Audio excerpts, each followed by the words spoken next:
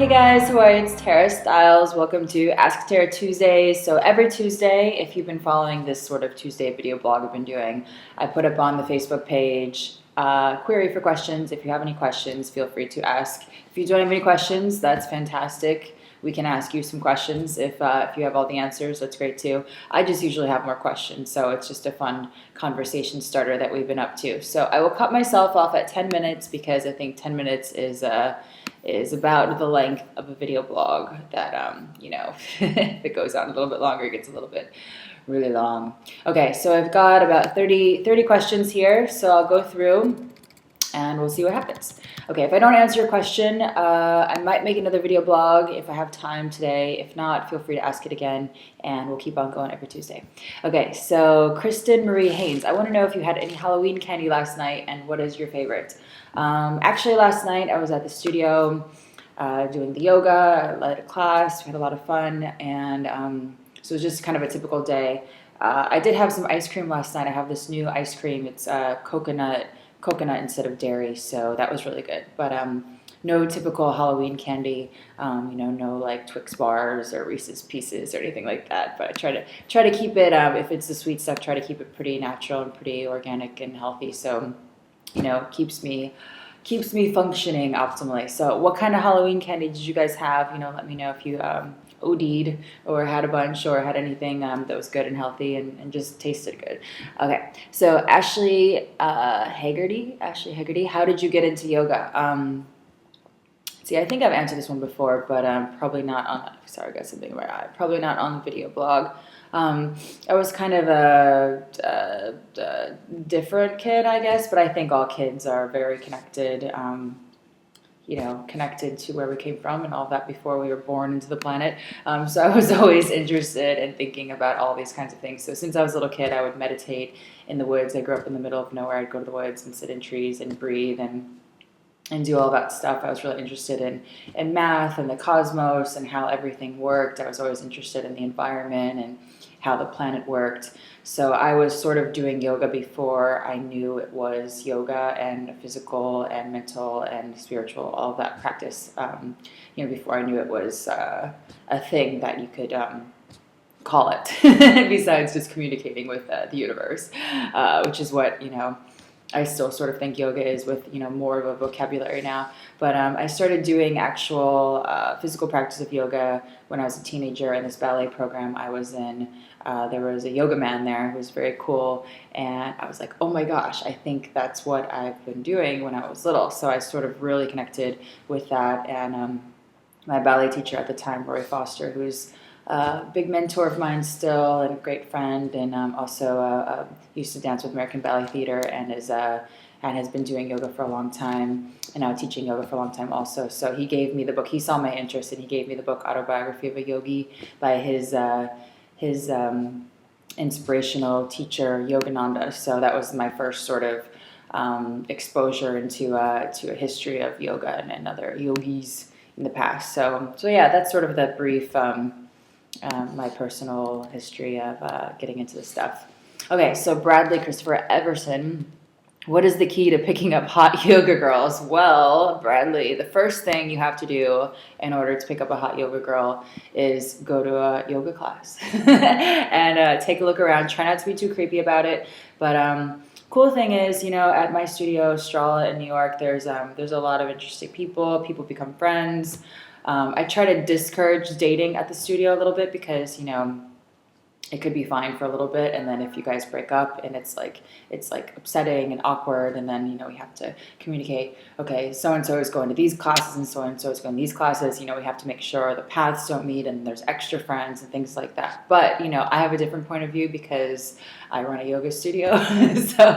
But as somebody who goes to a yoga studio, and picking up hot yoga girls, it's great to find a partner that also does yoga. So get yourself to a yoga class. Come to Strala if you're in New York, and point you in the right direction.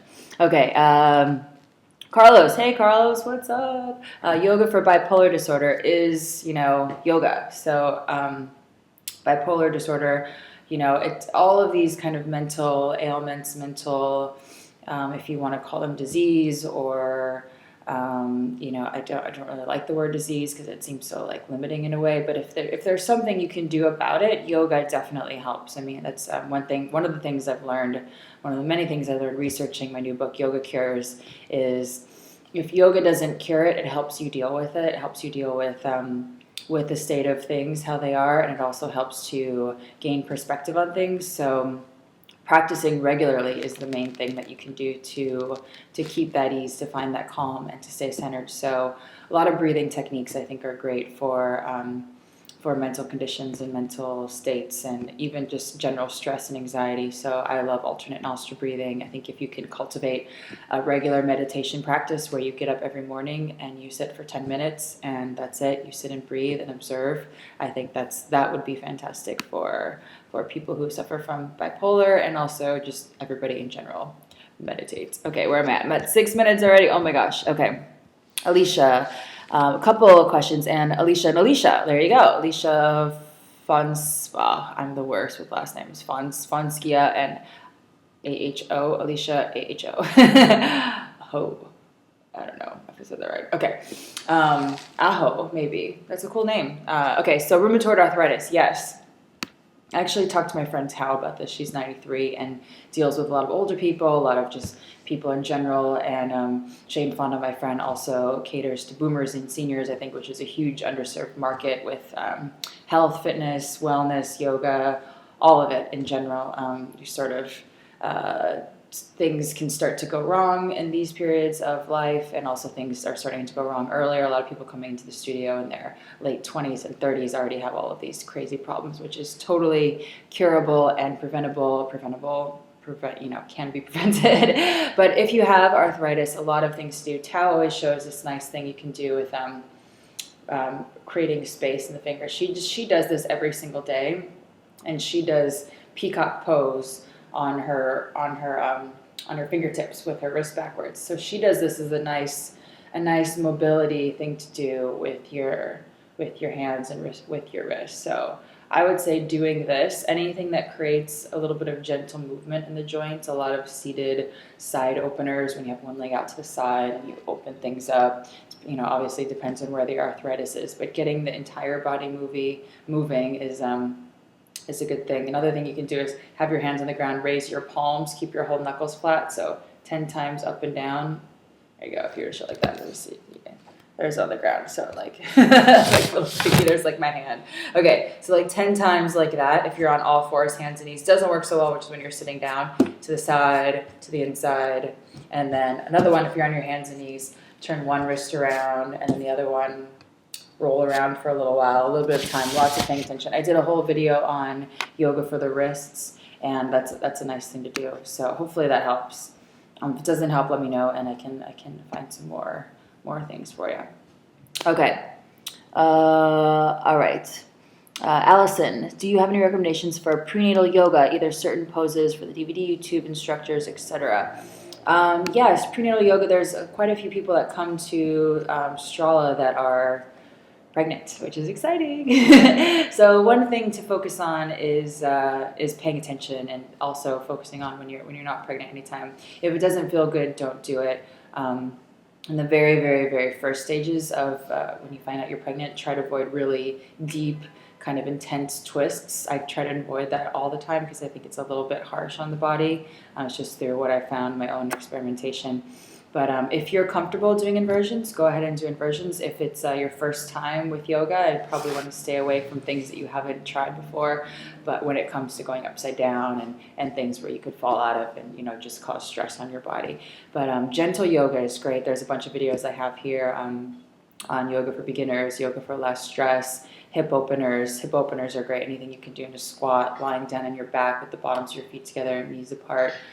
Some doctors suggest not to lie on your back flat for more than 10 minutes after you get further along. You can put a rolled up blanket or a bolster under your spine. It really opens things up nicely there. So yeah, there's a bunch of videos that I've done that aren't stated specifically for prenatal, but work really well for prenatal, and hopefully that'll help.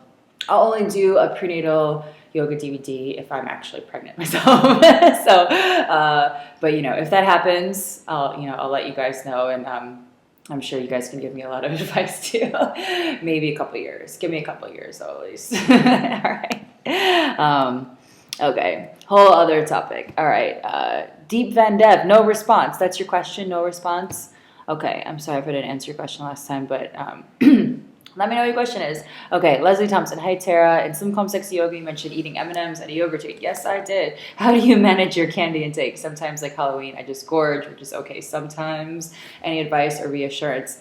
Yeah, one of the cool things about keeping a regular, I'm over 10 minutes, keeping a regular yoga practice is you're reprogramming your nervous system, you're reprogramming your brain, you're getting used to being at ease and getting used to being calm. Oftentimes we're used to being anxious and stressed and emotional eating and overeating. So the more you can practice yoga, the more you're simply going to know when to cut yourself off from the M&Ms. You're not going to have to say, okay, I'm just going to eat this and then I'm going to cut it off, or I'm only going to eat this and I'm not going to eat that. It gets a lot more intuitive and a lot more easygoing and awareness-based than eat this, not that, or I can't have this, I can't have that, or I'm going to do this diet and I'm going to do this fast. A lot of the problems, I have not a big problem with, but I think a lot of people get into these like juice fasts and then eating whatever I want and drinking whatever I want. And then, I'll do a juice fast and I'll do this. It doesn't, your health is much more complex than that. We oversimplify things too much when you think it's just simply calories in, calories out, juice in, fast food out. It doesn't really compute. Your body needs to have healthy things all the time. And if you have some M&Ms here and there, some whatever you're having, that's fine. That's on you to kind of feel what it feels like, and also not to get too over involved. Meditation helps, and helps to ease the mind and get you more into awareness eating instead of diet based and binge and purge, which is the juice fast craze is capitalizing off of the binge and purge disorders, really. So it's just kind of how it is. Okay, what is your favorite juice to get you going in the morning? Okay, juicing. I love juicing. I also eat food as well, so it's not quite a fast. Actually, it's not a fast at all. It's just adding in nutrients to the rest of your diet. Okay, this is the last question because I'm already at 12:26. So juices, I love in the morning, anything green. Chris Carr has taught me everything I know about juicing. I'm relatively new to it, but it's impacted my life hugely. So anything green. Chris talks a lot about alkalining yourself.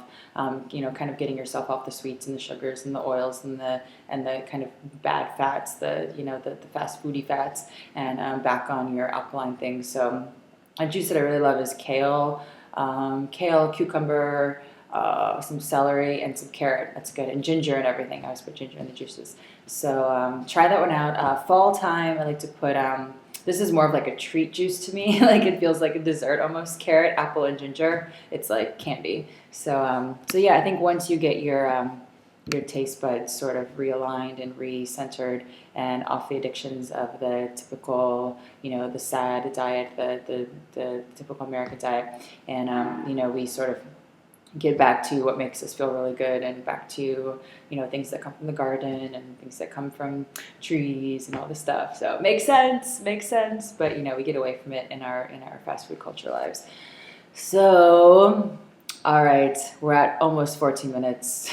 All right, so I'll see you guys later. More questions on next Tuesday, and take care. Keep breathing, keep meditating. I'll see you later. Bye.